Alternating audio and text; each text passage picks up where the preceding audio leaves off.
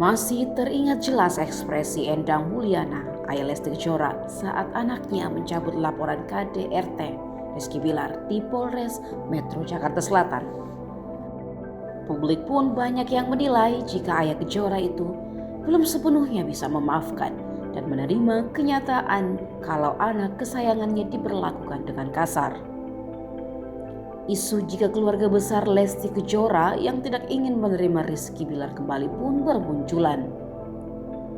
Bahkan sejak awal keluarga Lesti di Cianjur sudah meminta pedangdut 24 tahun itu untuk bercerai dari Rizky Bilar. Menurut paman Lesti, Imam Suswanto, ayah Kejora adalah satu-satunya orang yang merasa terpukul dengan kabar KDRT itu. Bukan saja karena akan menambah beban pikiran, namun juga karena mengingat penyakit yang diidap ayah Kejora. Paman Lesti menjelaskan ayah Kejora sebenarnya saat ini masih dalam kondisi sakit.